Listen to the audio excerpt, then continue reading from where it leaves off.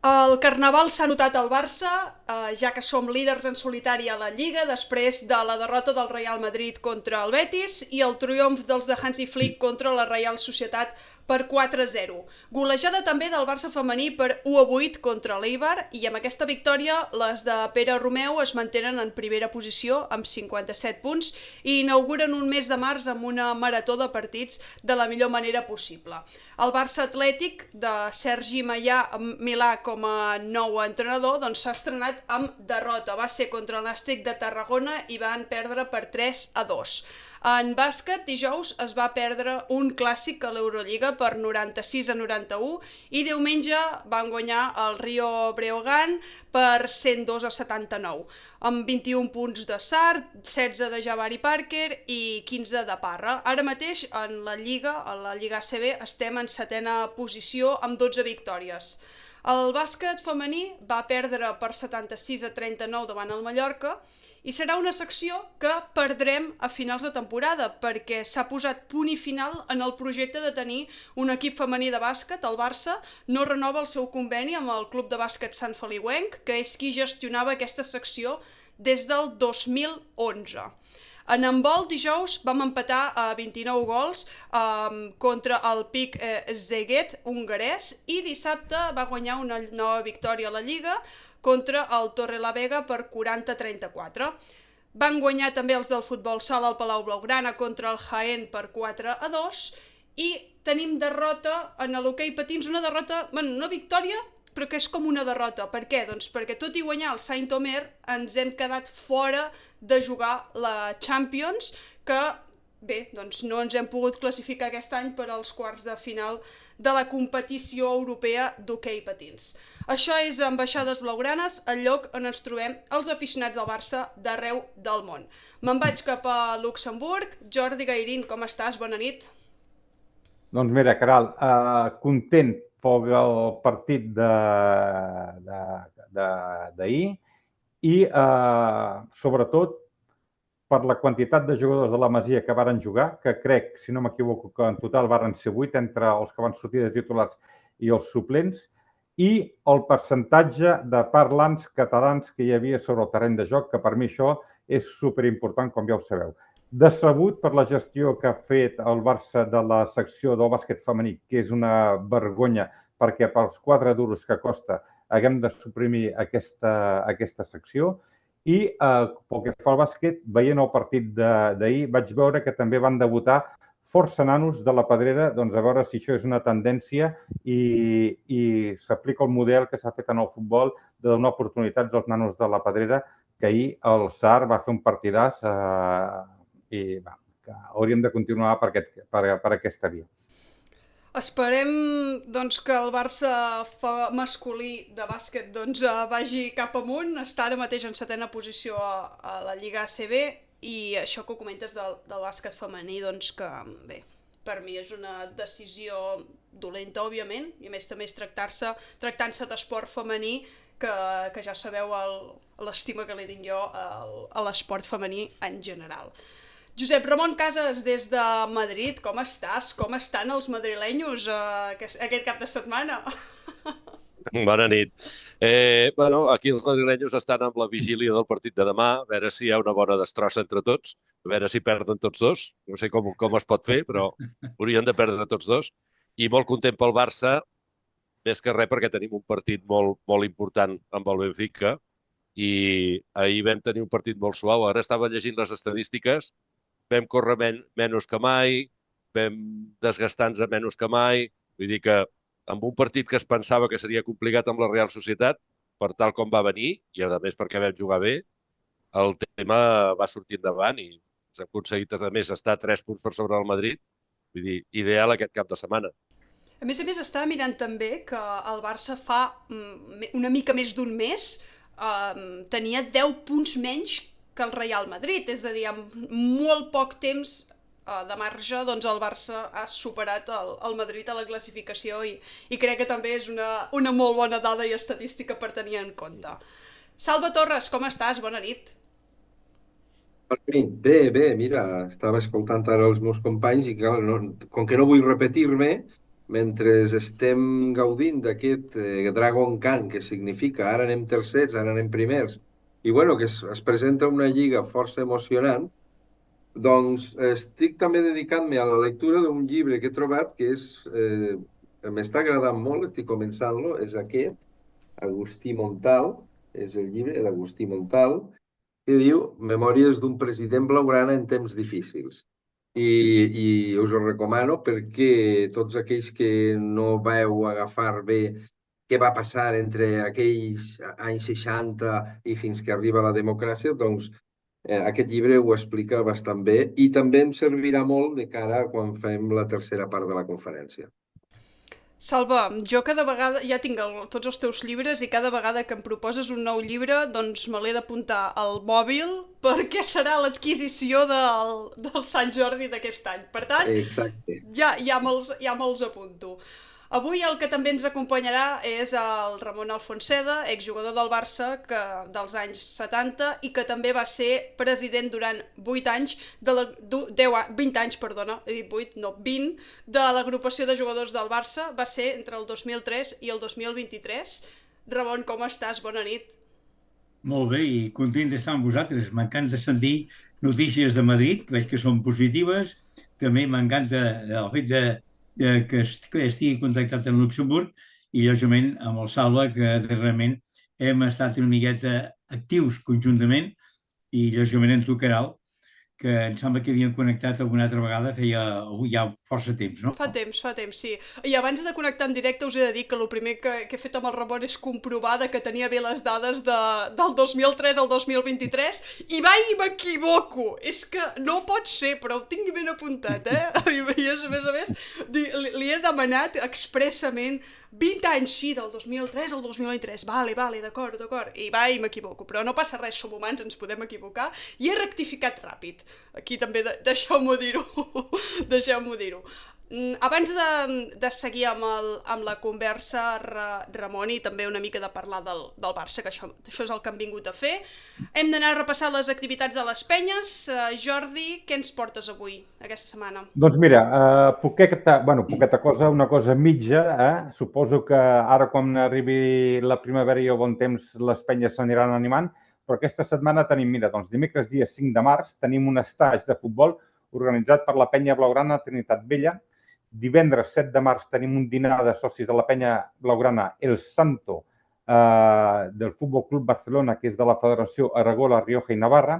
Dissabte 8 de març tenim una participació a la 28a Festa dels Tres Toms de la penya blaugrana Esplugues, de la Federació del Baix Llobregat.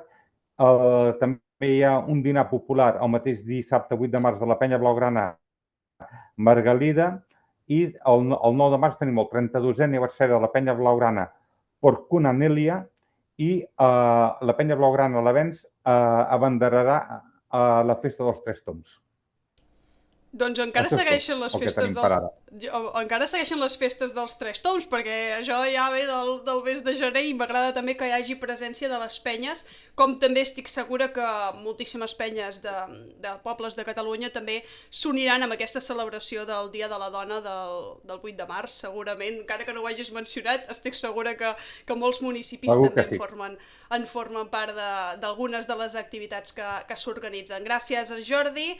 Salva, venim amb tu perquè ens has de parlar d'algun personatge, d'alguna història, avui relacionat amb el nostre convidat, és així?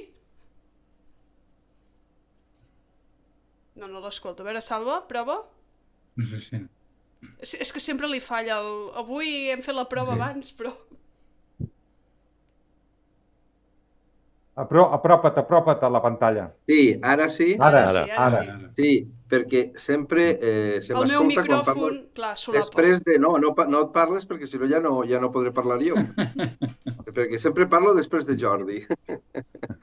Bueno, a veure, primer que res vaig estar estudiant el 2 de març per veure les estadístiques que ens deia i la veritat que les estadístiques les teníem molt favorables, a més, en golejades grandíssimes al llarg de la història. 2-7, 8-2, 8-0, 8-2, 4-2 contra el Madrid l'any 52.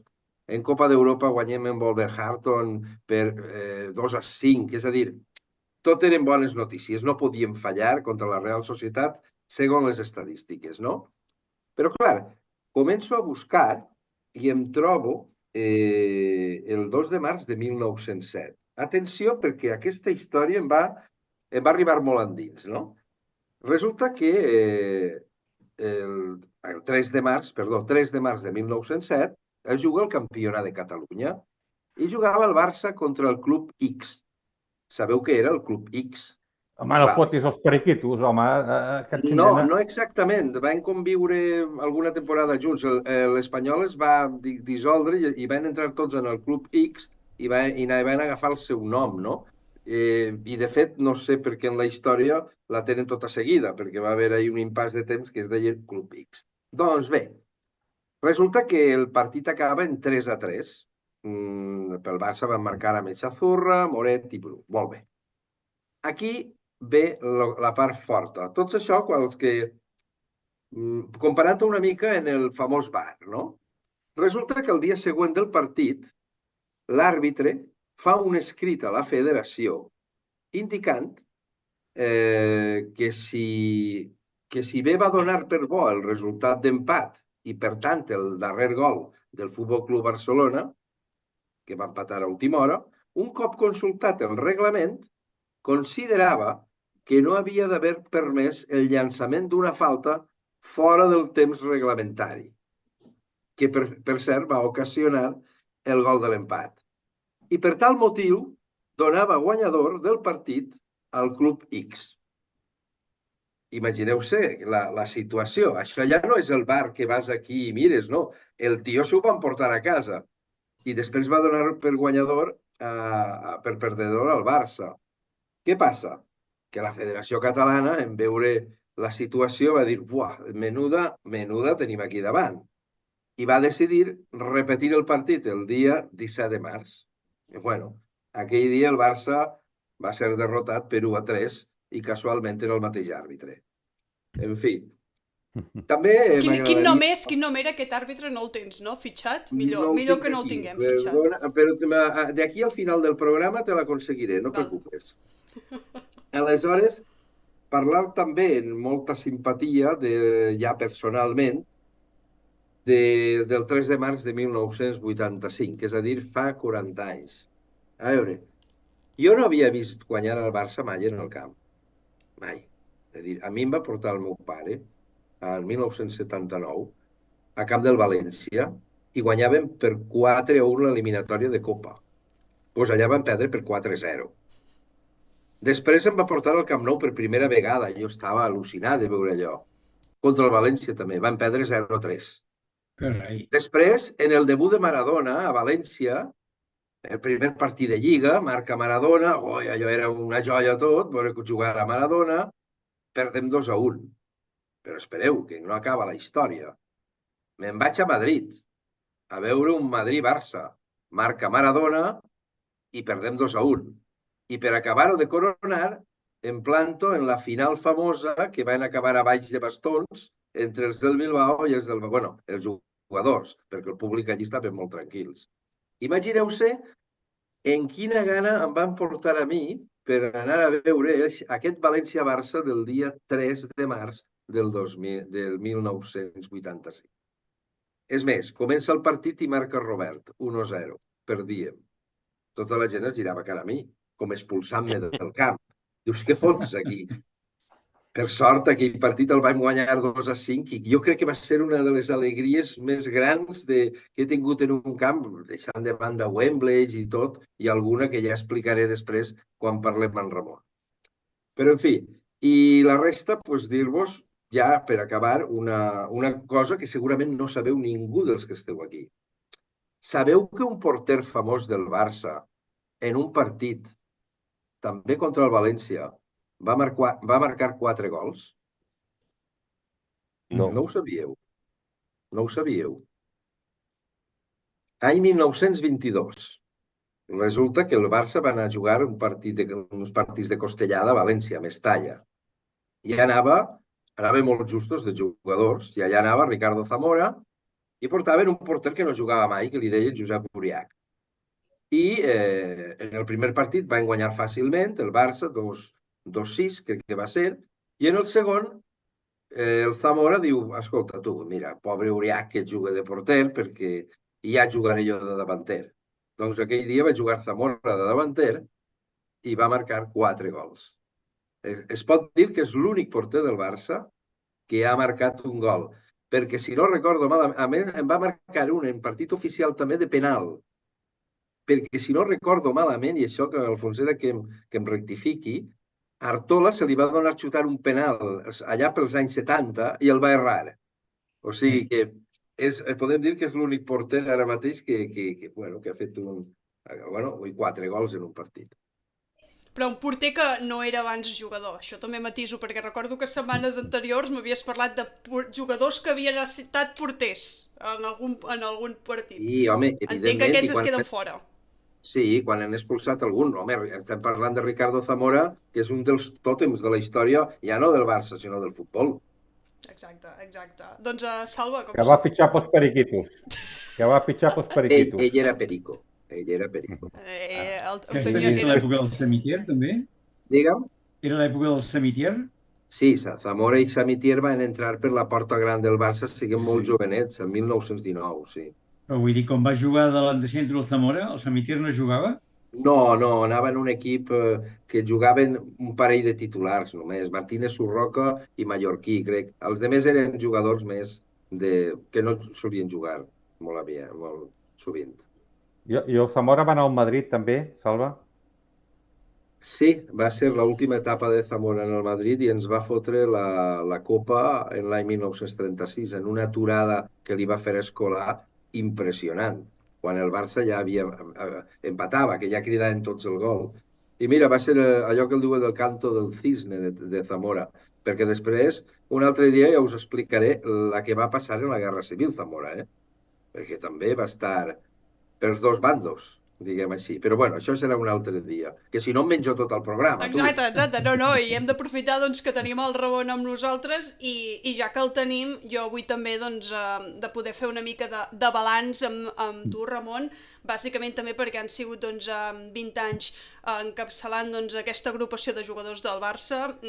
Sé que n'hem parlat en alguna ocasió tu i jo al respecte, però per la gent que no ho sàpiga, doncs també, no sé si ens pots fer una mica de com han sigut aquesta trajectòria, aquests 20 anys, no, sé que són difícils de resumir-ho, però una mica com han sigut aquests anys i com ha sigut també el fet doncs, que el 2023 deixessis aquest càrrec. No sé si ho vas deixar tu per voluntat pròpia o va succeir alguna altra cosa, perquè no en tinc idea, sincerament, t'ho pregunto. No, en realitat era una data tope que ja no podia seguir. O sigui que en realitat, com vaig entrar jo, que era l'època després d'Olivella, del Vergés, doncs, ells em van invitar a ser president de l'agrupació, però llavors en aquell moment estava treballant, viatjava moltíssim, vaig dir que no podia, jo volia que fos el Saldua, perquè va ser el meu capità i hagués sigut un gran president de l'agrupació. El Saldua no va acceptar-ho i va ser l'any 2003 quan va entrar el president a la porta i l'Olivella, el Vergés, em van demanar, Ramon, per què no fas un PowerPoint ja que tenim una visita de la porta i li presentem? I li vaig fer un PowerPoint. Bueno, van estar encantats amb la proposta aquella del PowerPoint, els directius, els jugadors, exjugadors de l'agrupació, la porta li va semblar també molt bé i noi, allò va ser, em va ensenyalar perquè tenia que ser present. Per tant, va ser el principi de tot, que vaig començar d'aquesta manera, però tinc que dir que han sigut un dels anys més macos de la meva vida. Ajudar la gent que estimes, ajudar la gent del Barça, ajudant exjugadors, companys teus, etc, que després del futbol no han tingut sort de la vida, us puc assegurar que va ser un prèmit que et dona la vida. Per tant, jo estic molt content perquè a l'època del Rossell nosaltres no teníem diners i ens financiàvem de fer partits de futbol i una petita aportació que cada jugador feia, anualment feia l'agrupació. Fins que finalment el Sant Rossell, després de guanyar les eleccions, ens va donar el 0,5% del contracte dels jugadors. Això va ser fantàstic perquè es va permetre ajudar molta gent. Vam pagar hipoteques, vam pagar hospitals, vam pagar col·legis, vam ajudar la gent que estava amb moltes deutes i malgrat que sembla que a vegades el futbolista guanya molts diners, després no sap administrar, té molts amics que no són tals amics, la família se'ls ajunta, però moltes vegades abusen d'ell, depèn de qui sigui, i això ho pagues, a la llarga ho pagues, no? Doncs ens vam trobar amb una quantitat de gent d'ajudes que va anar molt bé, per això estic superagraït al Barça amb aquesta generositat, però sobretot va ser els jugadors que ens van donar el 0,5%. O sigui, ells se'ls descomptava del contracte 1%, el 0,5% anava a la fundació del Barça i l'altre 0,5% anava a l'agrupació de jugadors. I això va ser el principi del camí aquell que vam emprendre per posar l'agrupació també en el món, perquè vosaltres, els aficionats, el coneixéssiu i veiéssiu també les activitats que fèiem nosaltres.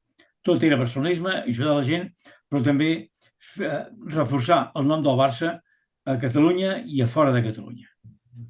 I actualment, quina és la teva relació amb aquesta agrupació de jugadors? Perquè has deixat de ser el president, però no sé si d'alguna manera o altra hi estàs vinculat. Com és aquesta relació ara mateix? Perquè ja han passat 2 anys, ara ja ho mirava i dic 2023, és molt recent, però estem al 2025. Bueno, jo ara no tinc cap funció dins de l'agrupació, estic totalment fora. El que passa que sí, que alguna vegada, per exemple, nosaltres ara d'aquí unes setmanes, nosaltres amb el nostre dia vam considerar el que li vam anomenar folga. Folga vol dir descans. Llavors vam decidir nosaltres que amb un pressupost que poguéssim pagar volíem agrair als exjugadors del Barça, del primer equip i de futbol base, doncs estar 2 o 3 dies junts, com a agraïment als serveis prestats a la Barça. Llavors, per exemple, estem 3 dies en un lloc amb les dones i estem tots junts. Quin és l'objectiu d'això? Retrobar-nos, parlar del passat, fer barcelonisme. A la meva època anàvem a veure amb alcaldes, anàvem a veure penyes, anàvem a veure col·legis.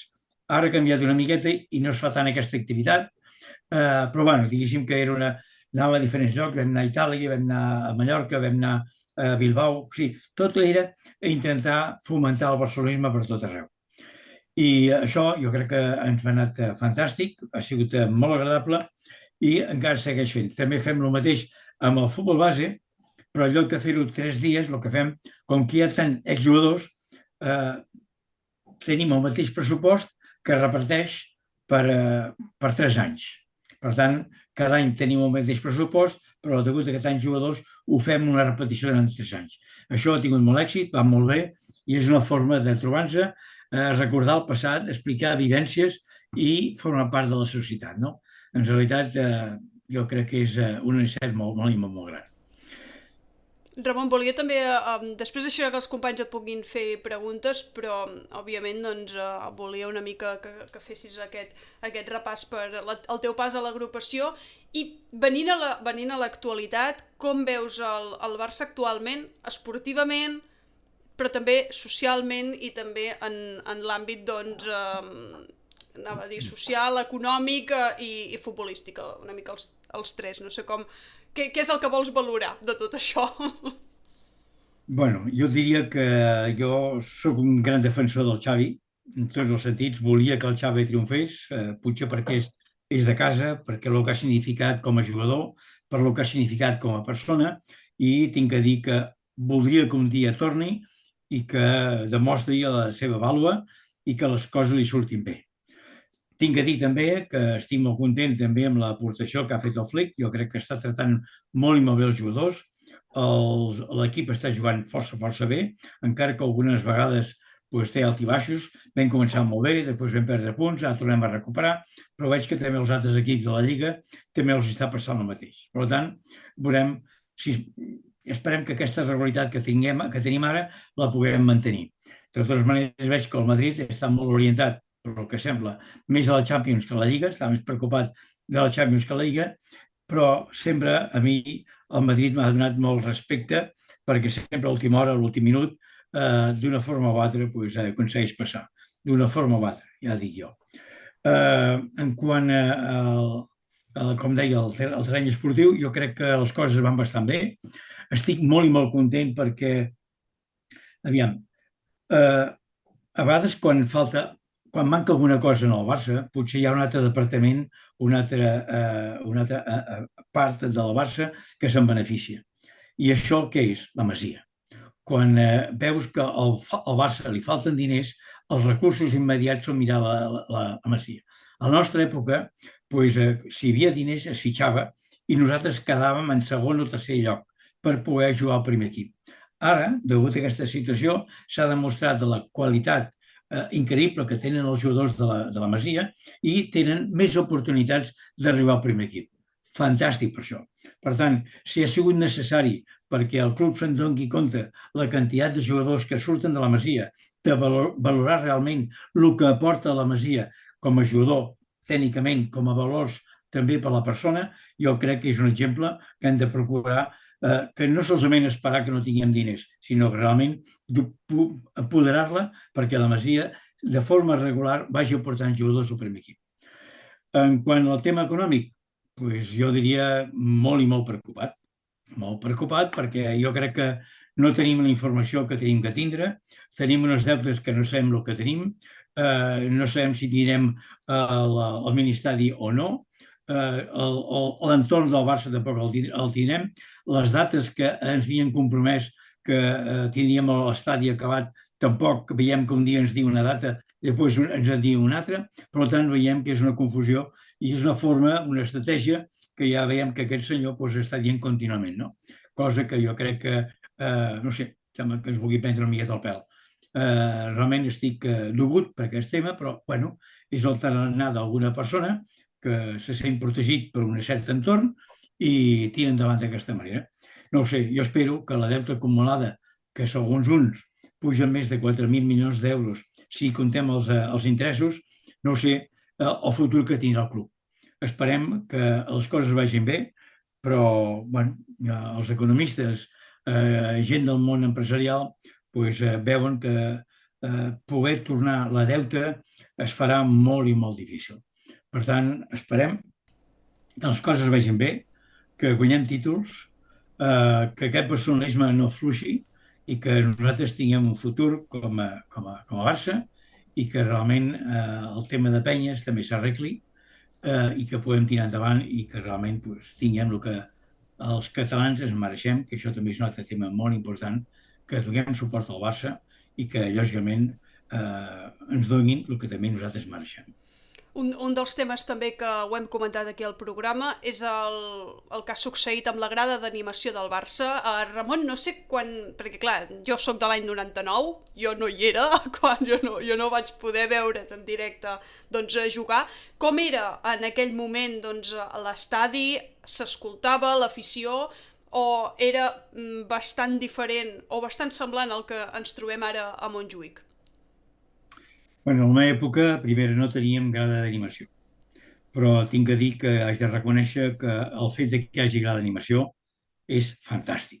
A més, la grada d'animació que nosaltres hem tingut fins avui en dia, jo crec que xapó per aquestes persones que han aixecat, a vegades tu estàs jugant en un partit i, no sé, per qualsevol raó, esperes alguna cosa que el públic t'animi una miqueta. En el Barça sempre era al revés. El públic esperava que nosaltres féssim un gol perquè llavors s'animés la grada. La grada no animava mai a l'equip abans. Per tant, eren de ser nosaltres els jugadors que féssim un gol, una molt bona jugada per aixecar una miqueta la grada. Quan van posar aquesta grada d'animació, jo crec que va ser un encert total. I desitjo i espero que s'arribi a un acord perquè aquesta grada. Jo hi vaig estar al camp i vaig veure les vegades que el públic demanava i reclamava aquesta grada d'animació. Per tant, espero que això es compleixi, que arribi a un acord i aquesta grada torni, perquè els jugadors s'ho mereixen, el públic s'ho mereix i, sens dubte, el club, el Barça, també s'ho mereix. I a més també jo vaig estar present en el partit de Copa contra l'Atlètic de Madrid i que fessin els 2 primers gols en els primers 10 minuts, això t'he de dir que ens va afectar a tots. tot i així doncs, es va saber remuntar, però llavors deixes en els últims 10 minuts doncs, que t'empatin el partit, un partit que tenies guanyat. No sé si és concentració per part dels jugadors, que òbviament també, però també aquest 12è jugador també fa molt pes i sobretot en partits d'aquesta envergadura, no? D'aquesta importància. Jordi, Josep Ramon, Salva, no sé quin de vosaltres vol comentar alguna cosa o fer-li alguna pregunta? Jordi? Jo entro. Sí, va, home, entra. Ramon, ja has vist a la meva introducció que un dels temes que més m'agrada d'aquest Barça actual és que es parla bastant català. Jo sóc un enamorat del Fermí. Ja li dic Fermí perquè Fermín, escolta'm, amb el català que parla només se'l pot anomenar que Fermí. A la teva època, clar, estem parlant d'una època plena dictadura, es parlava català al vestidor o ho teníeu bastant prohibit o anàveu en compte o com ho gestionàveu, això?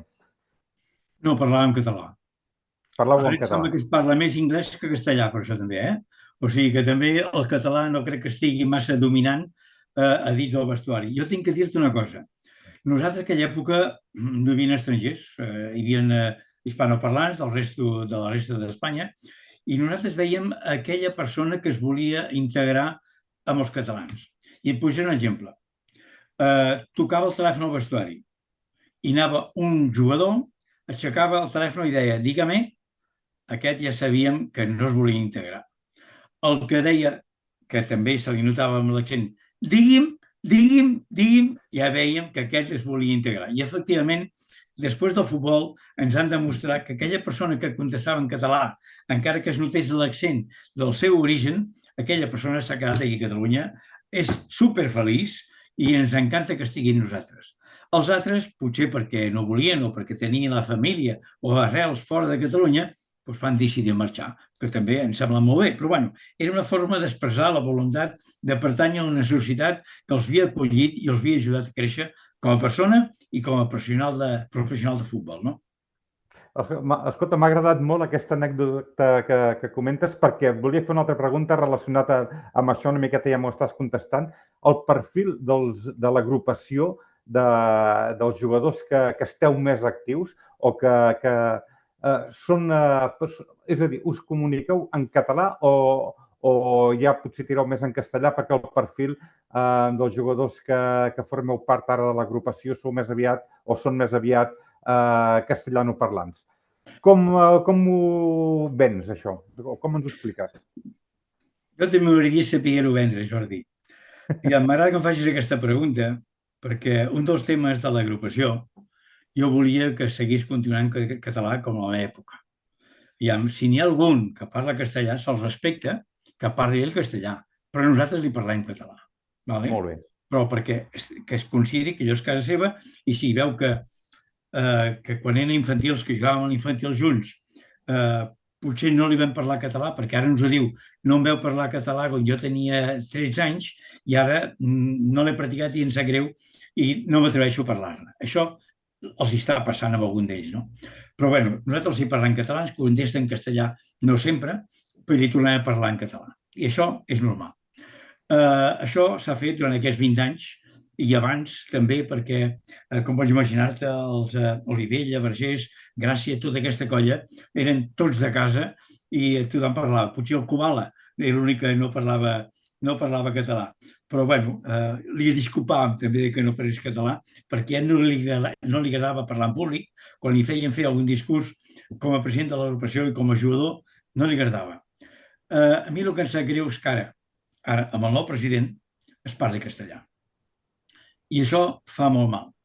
I el tema està en que nosaltres, quan hi ha una assemblea o quan hi ha una reunió, potser per educació, però no per catalanisme, perquè sempre nosaltres som massa educats i l'educació fa que pensem en la persona que tenim a davant i parlem amb l'idioma que ell parla, però no pensem en el nostre país, Catalunya, per defensar una llengua i defensar una història. I això ens equivoquem. I amb això amb el temps ho hem anat pagant i ara ho estem pagant encara més. Doncs ara em queixo que a les assemblees, com que el president parla castellà i altres, diguéssim, de la Junta Directiva parlen castellà, resulta que nosaltres molts de nosaltres els hi parlen en castellà. Un fet horrible perquè veiem que això va creixent, va creixent. Es fitxen gent que parlen castellà, que són castellanoparlants, no parlen el català, i allà a l'agrupació hi ha converses que resulta que no es poden evitar ja perquè són ja hispanoparlants, no?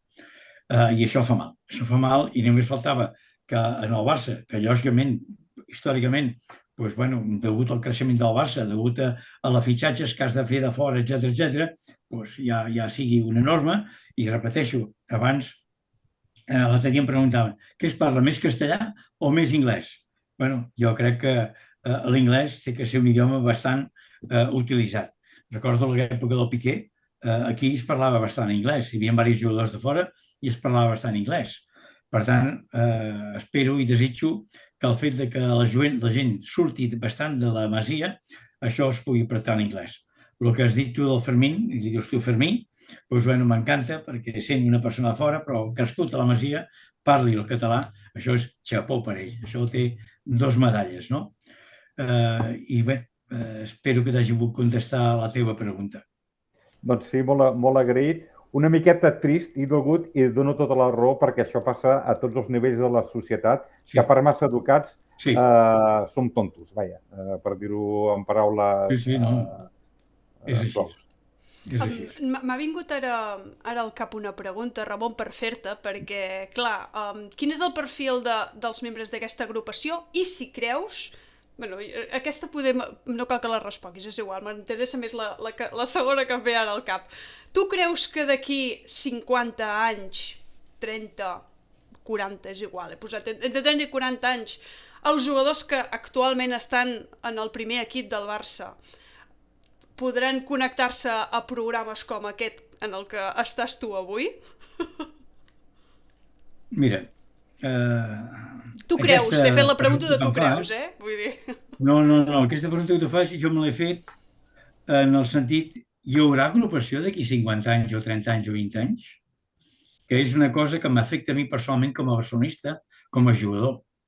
Jo penso actualment que tal com estan les coses, que avui dia l'agrupació nostra, diguéssim, potser deu haver-hi un 30% de jugadors del primer equip, 30-40% de jugadors del primer equip, i la resta són jugadors de futbol base.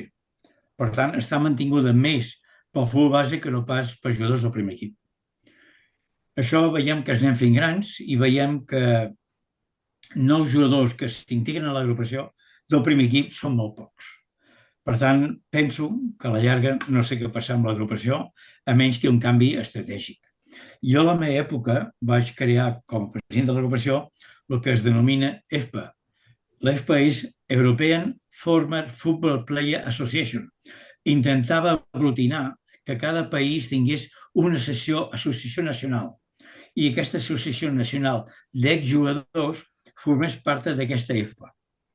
Vaig anar a fer la presentació a la Unió Europea, precisament per defensar la possibilitat, perquè nosaltres vam fer una presentació a la UEFA i a la FIFA. La UEFA ens va ajudar i durant 3 anys ens va donar una quantitat de diners que va anar molt bé per tirar endavant. Jo vaig ser president durant 8 anys.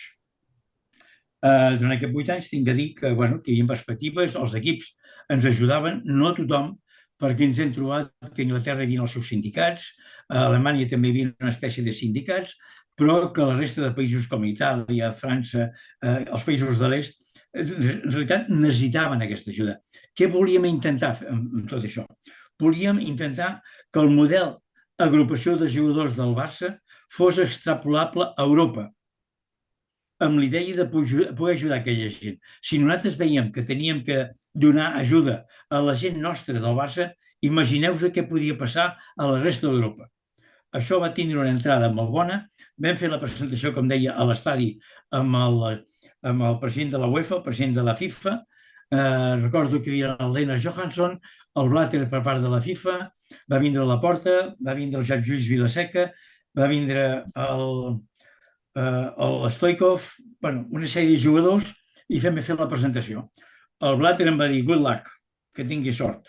I en canvi el de la UEFA em va dir, vine'm a veure. El vaig anar a veure, vam fer una presentació ja molt més profunda i ens van donar una ajuda de 100.000 euros durant 3 anys. cada any ens donava 100.000 euros.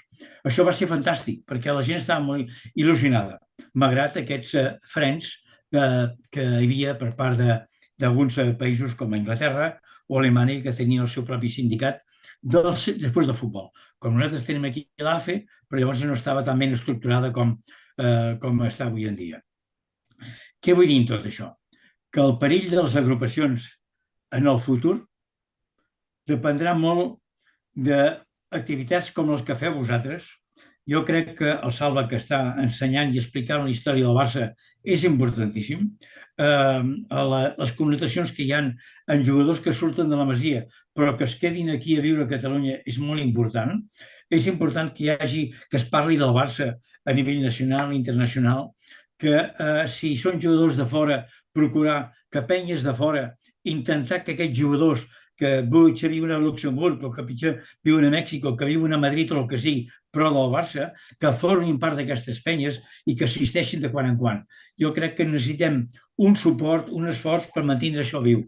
Això uneix a que hi hagi més gent formant part de les penyes, uneix que el jugador també ens agrada que siguem estimats.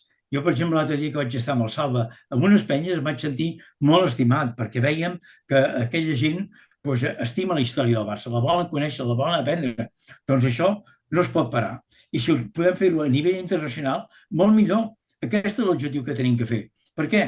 Perquè no sé si els jugadors col·laboraran o no, però perquè m'he trobat que, jo ho explicava per això, que amb la EFPA m'he trobat que els jugadors top, els millors jugadors del Barça, hi havia pocs que col·laboressin.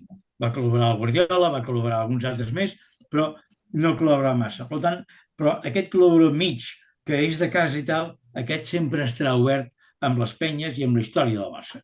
I aquest és el que hem de tindre i que continuï amb aquesta activitat que vosaltres feu tan bé.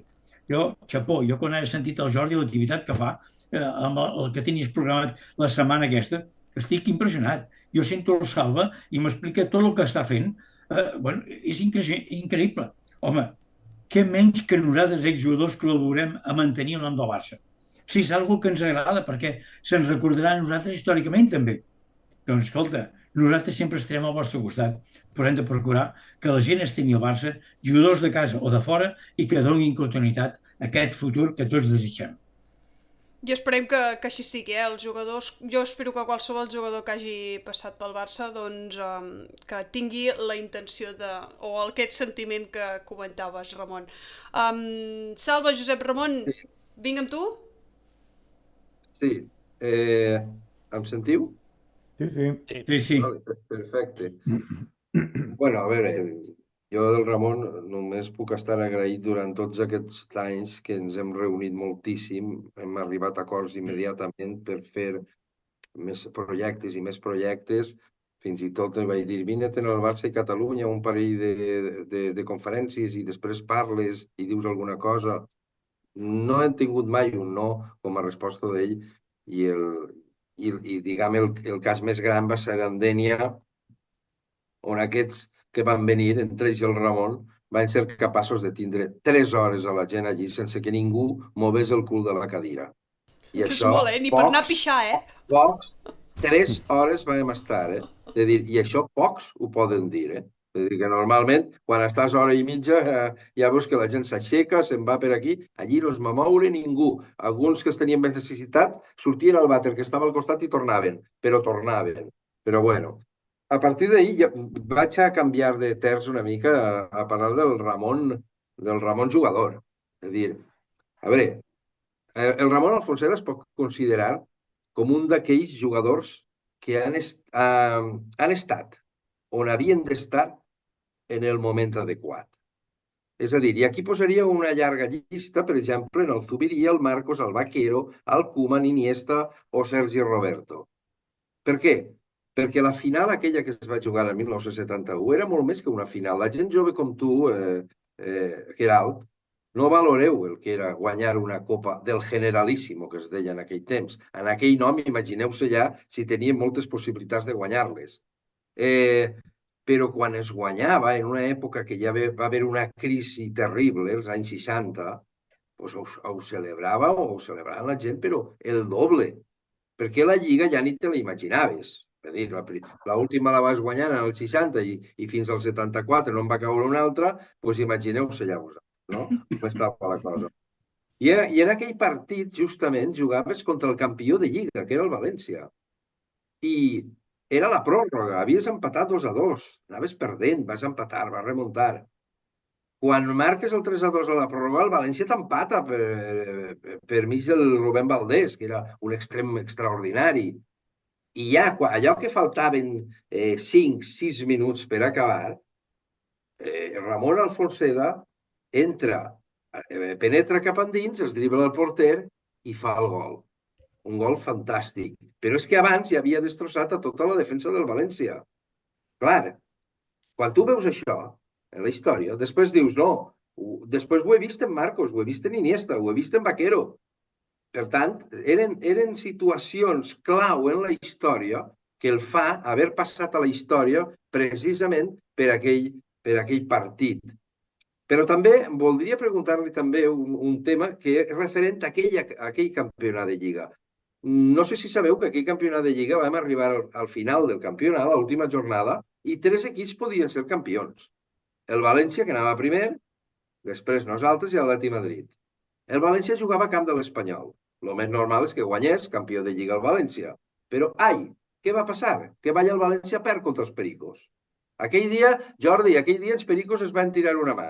El que passa que entre Atlètic Madrid i Barça, qui guanyava dels dos era campió de Lliga i al final van empatar i el campió va ser el València.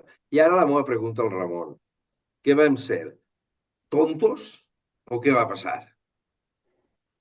D'entrada tinc que dir-te que vam ser honestos. Jo aquell partit recordo que no vaig jugar, estava sentat a la grada amb el Calleja. Recordeu que el Calleja és lateral esquerre de l'Atlètic Madrid i jo precisament jugava d'extrem dret i ell el que tenia a marcar. Ni ell ni jo vam jugar i estàvem sentats junts.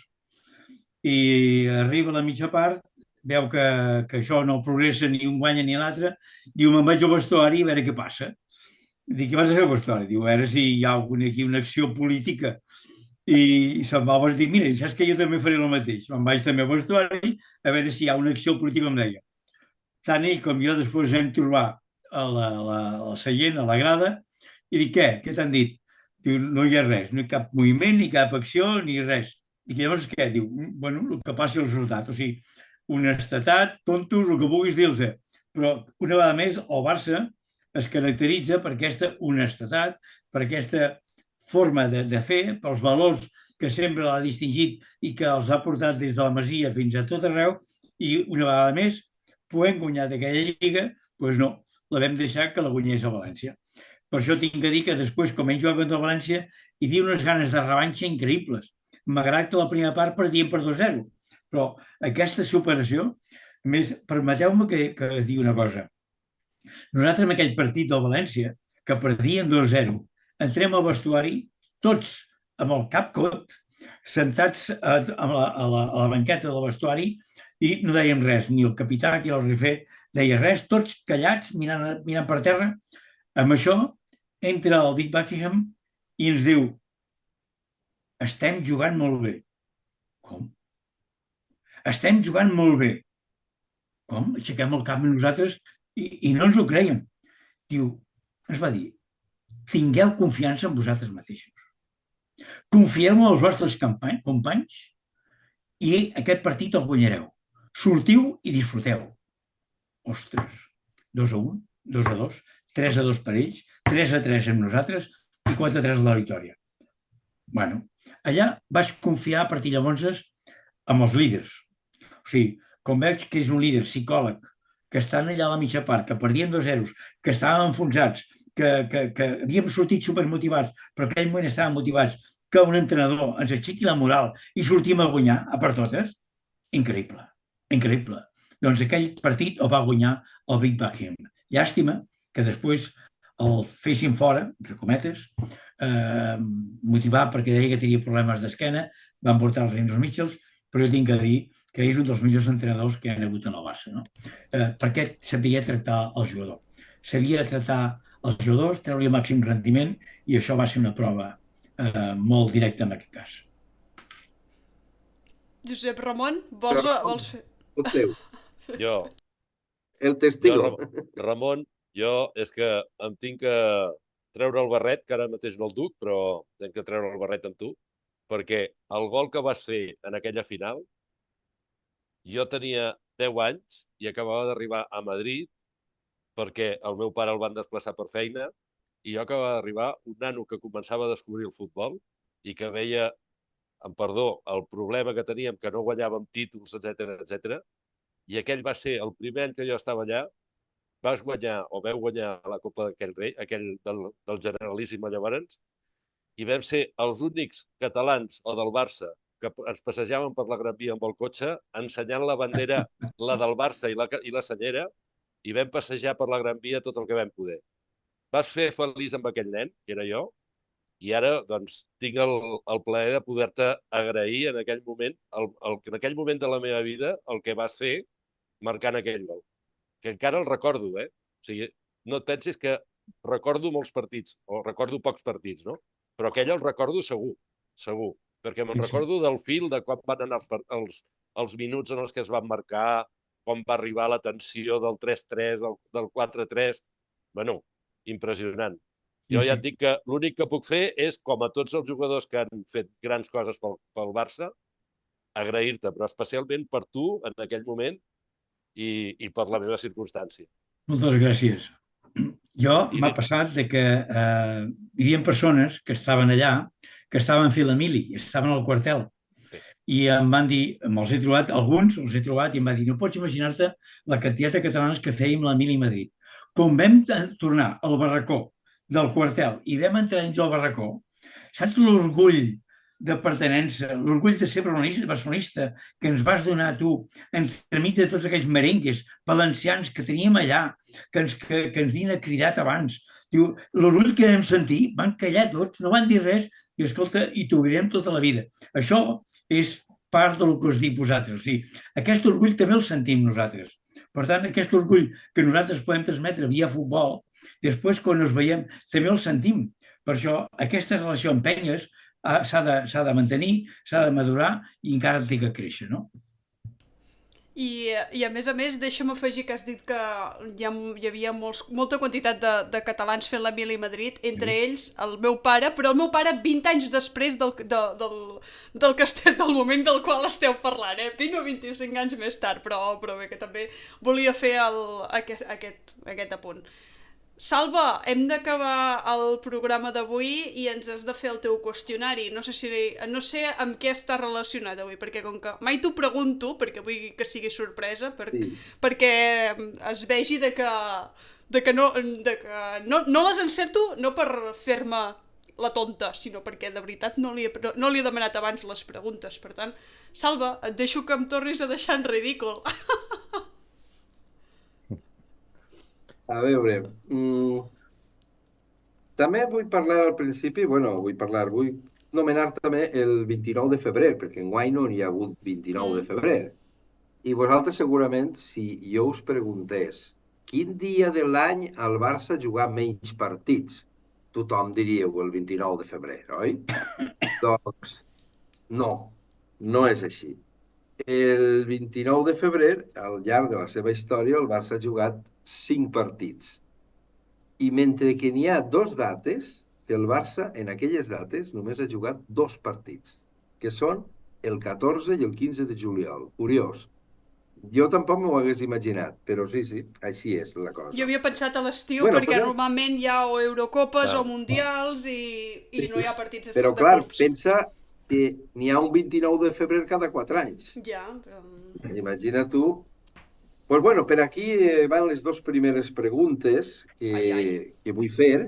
La primera pregunta diu: quin jugador del Barça que va tenir un afer amorós amb una famosa folclòrica va néixer o va ser l'únic jugador del Barça que va néixer el 29 de febrer de en aquest cas de 1928. Ai, quasi. Quasi. Apartat A, Ramallets. Apartat B, Biosca. C, Ubala. I D, Coxis. Puc contestar jo?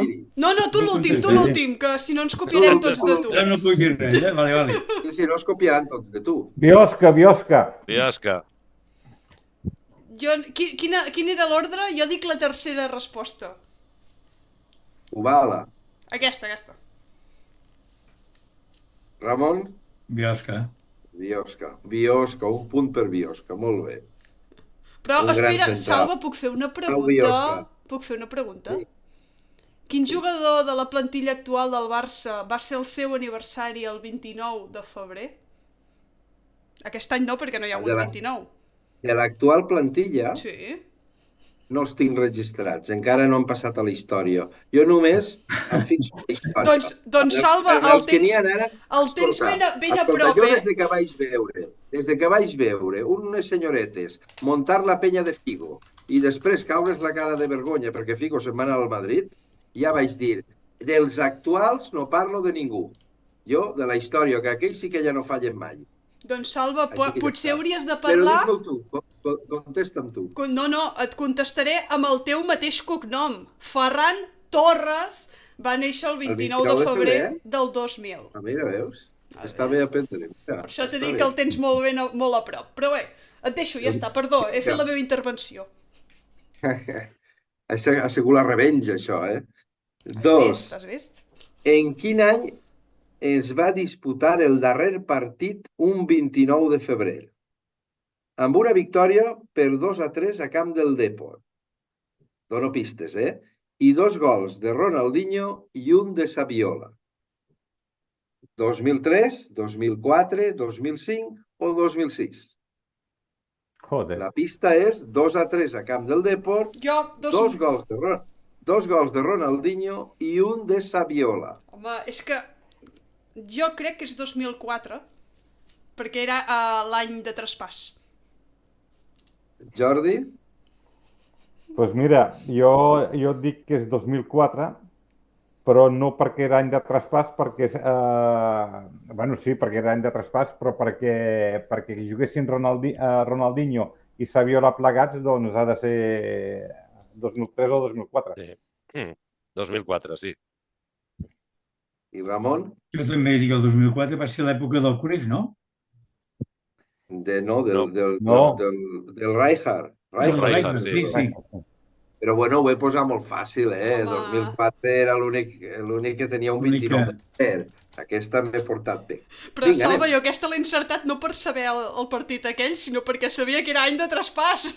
Sí, per això he donat la pista del 2003-2004, però tenia que haver posat 2008 també. Sí, i així posar el dubte. Posar més dubtes, oi? Però bueno, m'he portat bé, va. La tercera. El 3 de març de 1982 es fa la primera retransmissió televisiva en català d'un partit del Barça. Era en televisió espanyola i els comentaristes eren José Félix Pons i Josep Maria Casanovas. Qui era el rival? Penseu que va ser a camp contrari, vam guanyar 0-3 i els gols van ser de Quini, Morán i Simonsen. I demano pel rival. A, el Madrid, B, el Lokomotiv de Leipzig, C, el Vilanovense o D, el València. Ostres. O el Lokomotiv de Leipzig, perquè, noi, aquí sí que a voleo. Aquí a voleo. Jo diré València. Em sona el Vilanovense de Copa. Em sona el Vilanovense de Copa. Vinga, Ramon. Ramon? No tinc ni idea, eh? No tinc ni idea. Jo també diré el València. Però ho dic de tothom, eh? No et copiïs de mi, aquesta és la llei número 1.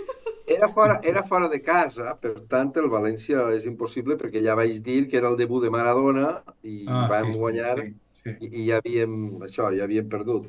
El Madrid era impossible, el Vilanovense, això fa 6 anys, no 46 anys, i després, clar, està el Lokomotiv de Leipzig, que era l'equip alemà que ens vam imposar per 0-3.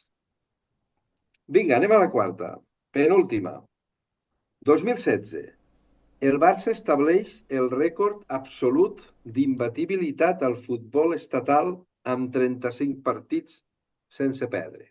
El resultat va ser de 1-5 gols, tanto, perquè aquí està pot estar la pista, Messi en va fer 3, Rakitic un altre, i Arda Turam un altre. Se'n recordeu d'Arda Turam? Sí. Sí. Que ja ha passat a la història. Qui era el rival? Apartat A, Rayo Vallecano. B, Múrcia. C, Espanyol. I D, Màlaga. 1-5. Espanyol.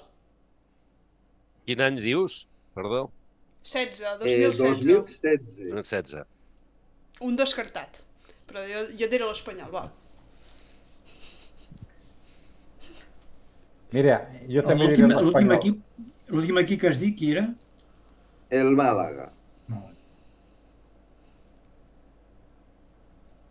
Rayo Espanyol. Vallecano, Múrcia, Múrcia, Espanyol o Màlaga? Espanyol i Màlaga. Ja tiraré per Madrid, el Rayo Vallecano. Jo tiraré per Múrcia. Pues, claro, aquí actua en avantatge Josep Ramon Cases perquè la seva seu està al costat del Rayo, és el Rayo Vallecano, clar. Anem de capa caiguda, eh? Sí, no, sí, no. Bueno, I va l'última, vinga. Aquesta, a veure si la sabeu aquesta. Diu, l'últim partit de Lliga jugat un 3 de març va ser l'any passat. I vam empatar a 0 a camp contrari. A camp contrari. Mireu bé les respostes. Qui era el rival? Apartat A, Atlètic Club. Apartat B, Deportivo de la Coruña. Apartat C, era partit de Lliga, C, Almeria. I apartat D, Llevant. No ho sé. Ai, hi ha preguntes trampes, també. Llevant. Hi ha preguntes Llevant. trampa? Llevant. home, hi ha respostes que són impossibles. Hi ha alguna que ja és de que impossible. siguin sí. certes. I aquí està la gràcia, no en què se'n recordeu qui era el rival. El Deportivo... Aquesta ja ho sabem que no. Atlètic Club, Depor, Almeria o Llevant. Jo diré l'Almeria. 0-0. I em quedo a tan camp ample. d'ell. I em quedo tan ample. A camp d'ell. Ramon s'ho pensa. Llevant. Jordi Llevant. Sí, jo també, Llevant. Jo també, va. Ai, el Llevant no estava en primera l'any passat. L'any passat, sí. Aquesta és l'altra que jo he preguntat per això. Sóc jo? Bilbao, doncs, no? Atlètic Club. Sí. El resultat és Atlètic Club.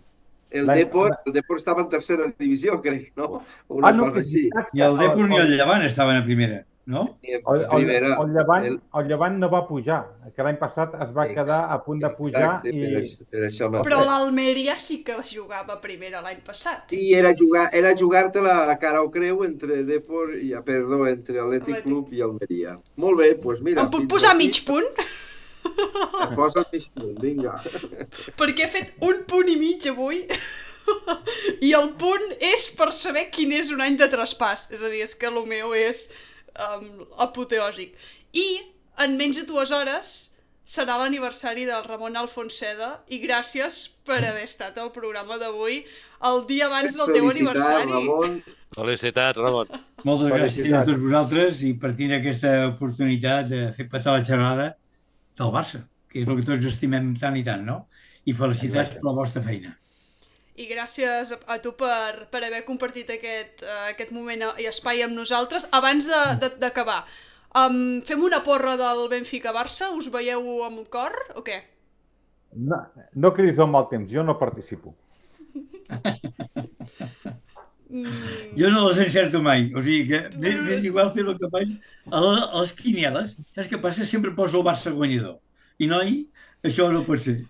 Quan no pot ser, no l'acertes, però bueno, jo seguiré apostant pel Barça. Per tant... Vosaltres firmaríeu un partit com el que vam jugar amb el Benfica en la lligueta d'aquesta de Champions, que em sembla, quan va ser 4-5 vam acabar. Sí, el resultat segur. El resultat jo te'l firmo. Immediatament. Ara, el cobriment de cor no. Exacte. Esperem a veure que no ens Ja doni, tindrà, ja. no ens doni un atac de cor en el partit d'aquest dimecres. Ramon, Sí. gràcies per acompanyar-nos, seguirem en contacte i Molt bé. res, doncs que molt, molt feliç aniversari i que gaudeix, Moltes gràcies. gaudeix del Molt dimarts. bé. Ho segueix moltíssim. Gràcies a vosaltres. Una abraçada. Gràcies Que vagi molt bé. a Ramon, com Adéu-siau. també al Jordi, Josep Ramon i Salva, gràcies per acompanyar-nos en el dia d'avui. Ens veiem la setmana que ve. Adéu, fins Adéu-siau. la setmana que ve.